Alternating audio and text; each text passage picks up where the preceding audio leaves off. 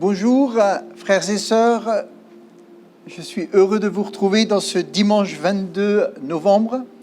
J'espère que tout le monde va bien. Nous avons, je pense, aujourd'hui encore le soleil et je crois que l'Éternel est là pour bénir chacun de ses enfants. En tout cas, c'est sa volonté de bénir, de sauver, de guérir, de délivrer et d'amener la gloire de son nom sur cette terre. Alors, ce matin, le sujet du message, ou le titre du message, « Courage, hommes et femmes de Dieu ». Courage. Il faut du courage. Il faut beaucoup de courage. Mais l'Éternel est celui qui nous donne le courage. Amen. Connaissez-vous l'histoire de Thomas Edison ? C'est une belle histoire. C'est le célèbre inventeur de l'ampoule électrique, mais aussi de la pile électrique et du phonographe. Vous savez, c'est ces appareils avec un énorme haut-parleur qui ont commencé à amener le son et la musique dans les maisons. Lorsque Thomas Edison inventa l'ampoule électrique, un jeune reporter lui posa la question suivante. Qu'est-ce que ça fait d'avoir échoué plus de 2000 fois avant de réussir à inventer l'ampoule électrique? La réponse de cet homme est une réponse qui doit nous servir. Non, je n'ai pas échoué. J'ai seulement découvert 2000 méthodes qui ne fonctionnaient pas.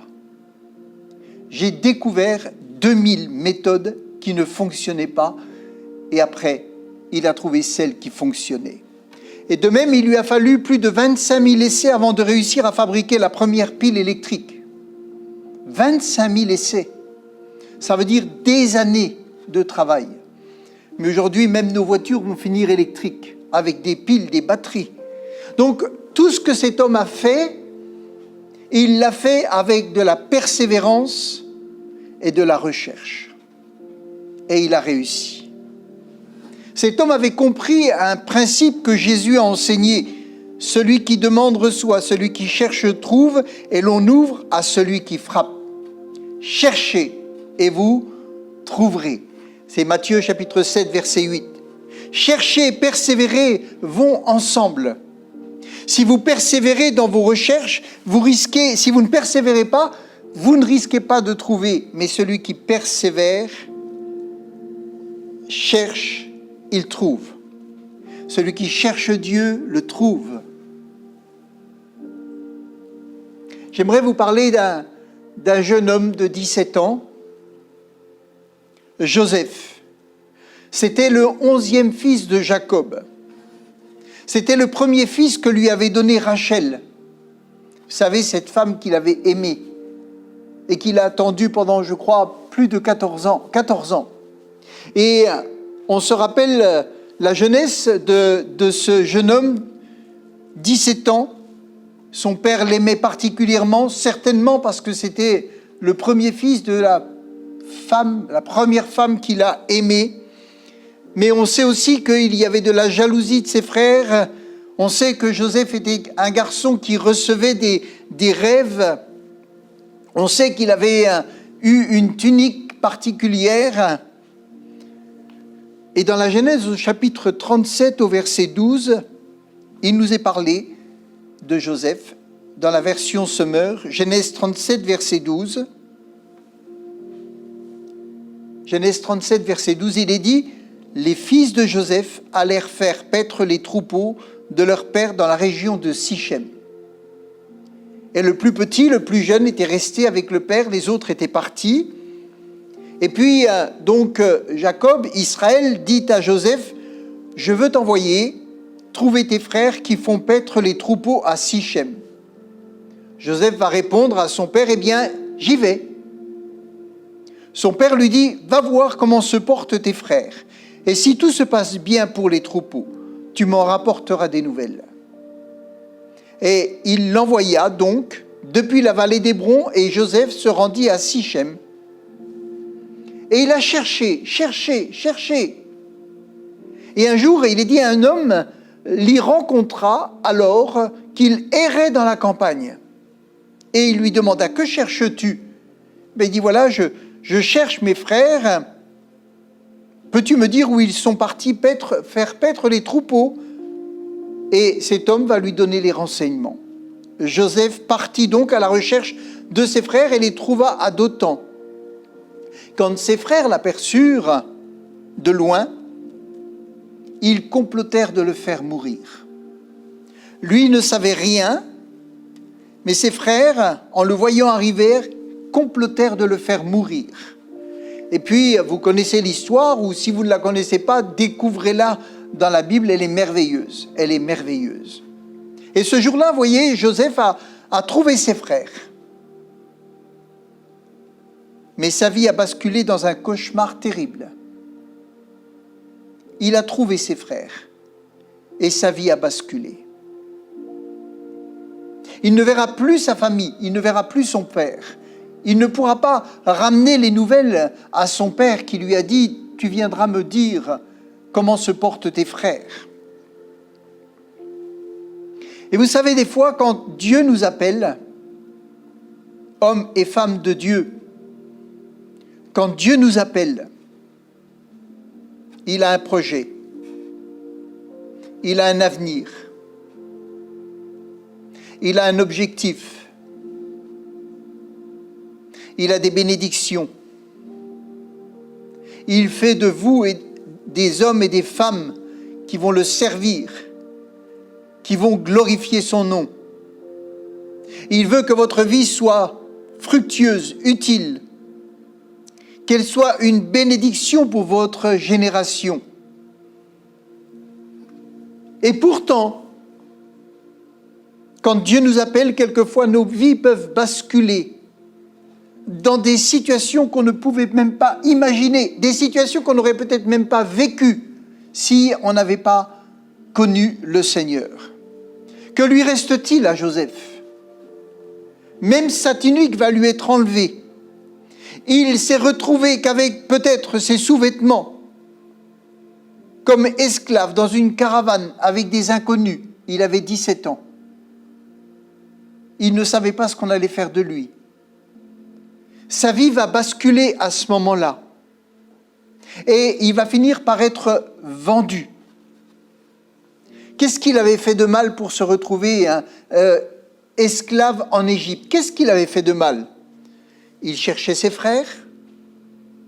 Il avait obéi à son père. L'Éternel lui avait donné des songes juste avant cet incident dans sa vie. Il était le préféré de son père parce qu'il était le premier-né de Rachel. Et ce garçon avait été attendu. Il avait des rêves. C'est tout le mal qu'il avait fait. C'est tout le mal qu'il avait fait. Mais Dieu avait la main sur lui. Dieu avait la main sur lui. Il avait la haine de ses frères sur lui. Et même ses parents vont lui dire, mais qu'est-ce que c'est que tes rêves là ? Est-ce qu'on va se prosterner devant toi ? Il y avait une incompréhension.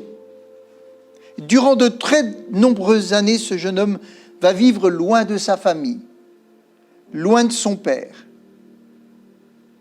Mais voyez-vous, sa force, c'est qu'il n'a pas cessé de chercher à rester en accord avec les principes spirituels qu'il avait appris depuis sa jeunesse, depuis sa naissance. Il savait qu'il était dans une famille de gens qui avaient été appelés. Il connaissait l'Éternel par tous les récits qu'il avait pu entendre et peut-être par des expériences qu'il avait vécues. Il cherchera à garder une communion avec son Dieu. Je ne sais pas comment il a fait. Mais en tout cas, son cœur parlait à Dieu et Dieu parlait à son cœur. Il garde un comportement exemplaire. Il ne médite pas la vengeance. Ou en tout cas, quelques années après, quand on voit sa situation, il n'a pas médité la vengeance. Même peut-être si sur le moment, quand il a été mis dans ce puits, enlevé amené, vendu. Il a peut-être été vraiment dégoûté par l'attitude de ses frères. Nous connaissons son histoire et la fin de l'histoire, mais lui, il la vivait au jour le jour. Et c'est bien de se mettre dans le contexte, de se mettre à la place de ce jeune homme et de réaliser qu'il ne savait rien de son avenir, à part qu'il avait eu des songes. Hommes et femmes de Dieu, ce matin, je veux m'adresser à tous ceux et celles qui sont appelés à un destin particulier. Parce que Dieu vous a choisi et parce qu'il a un avenir glorieux pour vous. Un destin particulier. Et je crois que chaque chrétien, qu'il soit appelé à un ministère, à un appel particulier, a quand même un destin particulier. Quand nous sommes appelés et qu'un avenir est sur nous et que la main de l'Éternel Tout-Puissant est posée sur nous ou qu'il nous a donné son esprit et que nous sommes scellés du sceau du Saint-Esprit, nous avons un avenir particulier. Et là, la pensée de Dieu, c'est que tout homme pourrait avoir un avenir particulier s'il se laissait envahir par l'appel de Dieu. Et j'aimerais te dire, ne t'étonne pas de passer par des chemins difficiles.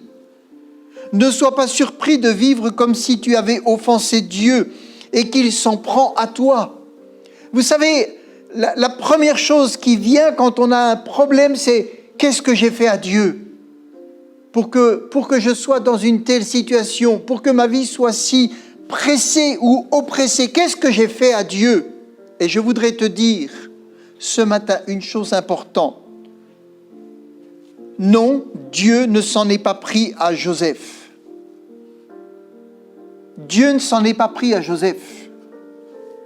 Même si nous pourrions le croire, même si lui-même aurait pu penser qu'il était une victime, non, ce n'est pas la vérité. Dieu ne s'en était pas pris à Joseph. Ce sont ses frères qui s'en sont pris à lui, parce qu'ils étaient jaloux. Mais vous savez, Dieu transforme les situations et il se sert des épreuves que l'on vit pour les transformer en bénédiction. Personne à 17 ans ne voudrait se retrouver comme Joseph s'est retrouvé. Mais tout le monde voudrait avoir la bénédiction que Joseph a eue. De son côté, Joseph a pu vivre une période vraiment difficile, une période d'incompréhension. Il a dû même se dire « Je n'aurais jamais dû parler à mes frères de ces songes. J'aurais peut-être pas dû en parler à mes parents. Pourquoi est-ce que j'ai été le premier-né de Rachel ?» Vous savez, toutes les idées nous passent par la tête. Mais ce qui est important, c'est de se rappeler que si Dieu nous a appelés, si Dieu nous a élus, les chemins par lesquels on passe ne sont qu'une bénédiction parce qu'ils nous forment. Nous avons vu pendant plusieurs réunions l'épreuve de notre foi. Et la seule chose qui pouvait le garder, c'est qu'il avait eu ses songes et qu'il connaissait l'histoire de l'appel de ses ancêtres. Peut-être tu vis en ce moment des choses difficiles. Peut-être durant ce confinement, tu te rends compte que tes amis, même ta famille, ne sont pas proches de toi. Peut-être qu'ils ne te comprennent pas. Peut-être que tu te sens comme isolé, seul. Seul dans tes pensées, seul dans ce que tu ressens, de ce que Dieu a mis dans ton cœur. Peut-être même tu te sens comme un peu trahi, comme Joseph. Tu n'avais aucune mauvaise intention et pourtant il y a un acharnement contre ta personne. Peut-être comme Joseph, tu as été éloigné de ceux qui comptaient pour toi. Et tu ne comprends pas. Je te dis, si tu es un homme et une femme de Dieu, tu vis des choses difficiles. Mais Dieu a un avenir, un plan. Si toi, tu t'en rends compte,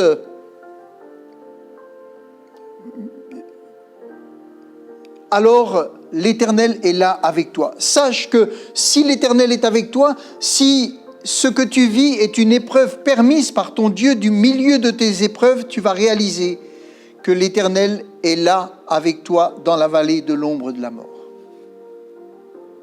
Je pense que Joseph, même quand il était esclave, il y avait comme quelque chose au fond de lui, comme, je sais pas, comme une petite espérance, quelque chose qui se passait. En tout cas, si toi, tu ne te rends pas compte, les autres vont se rendre compte qu'il y a quelque chose sur ta vie. J'aimerais qu'on lise dans Genèse chapitre 39 au verset 1. Dans la version seconde, Genèse 39 au verset 1, il est dit: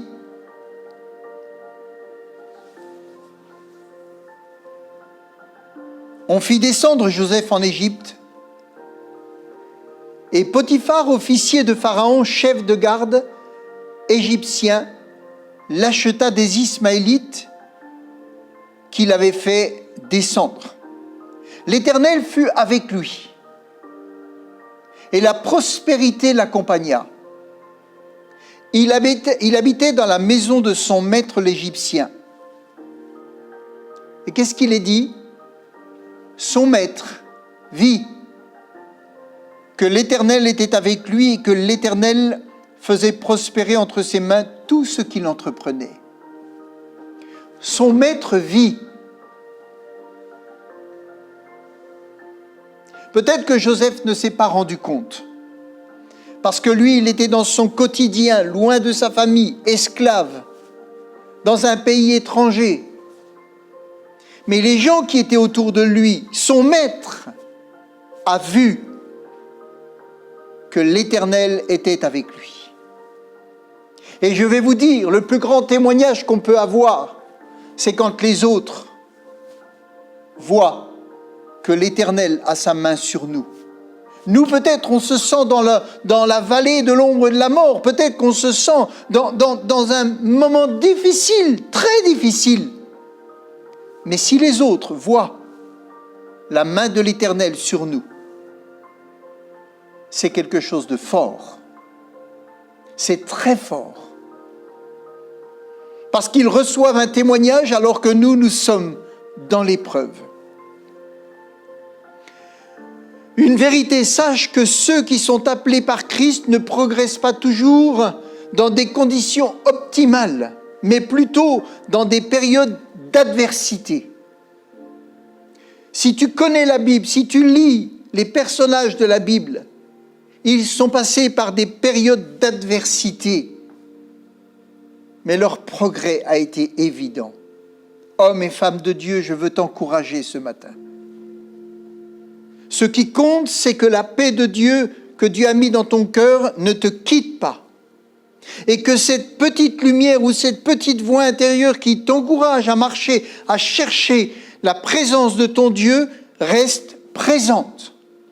Le Saint-Esprit est là, il t'accompagne dans la vallée de l'ombre de la mort, il t'accompagne dans tes épreuves, il t'accompagne dans les souffrances que tu vis, il est là. Et il y a quelque chose, sa présence, qui est là et qui te donne des encouragements. Le Saint-Esprit est avec toi dans les moments les plus difficiles et sa présence te rassure dans les moments les plus sombres où la sensation de solitude, d'abandon ou d'isolement peuvent faire rage.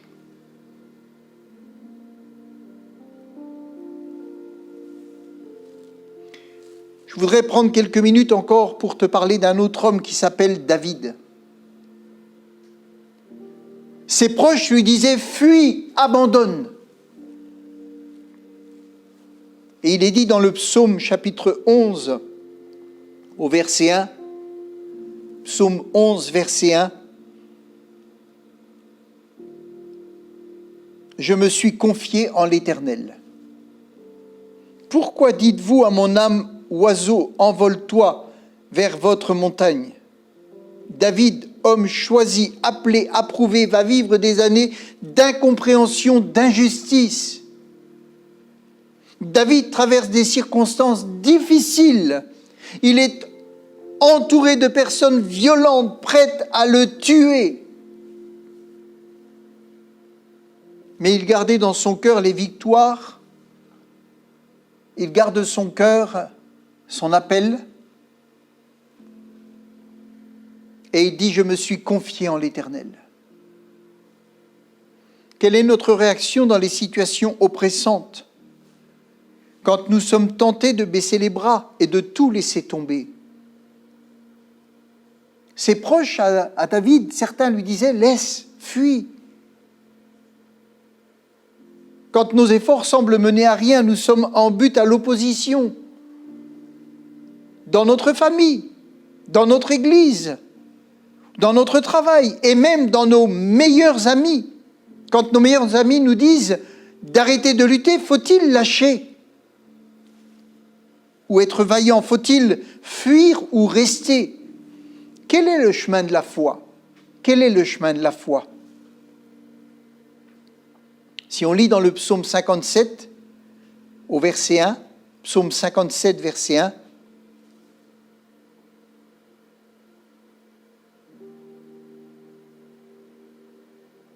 il est dit au chef des chantres, ne détruis pas, hymne de David.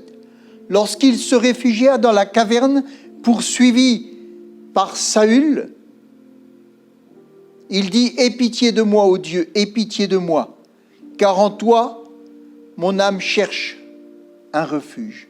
Aie pitié de moi, car en toi, mon âme cherche un refuge. Je cherche un refuge à l'ombre de tes ailes, jusqu'à ce que les calamités soient passées.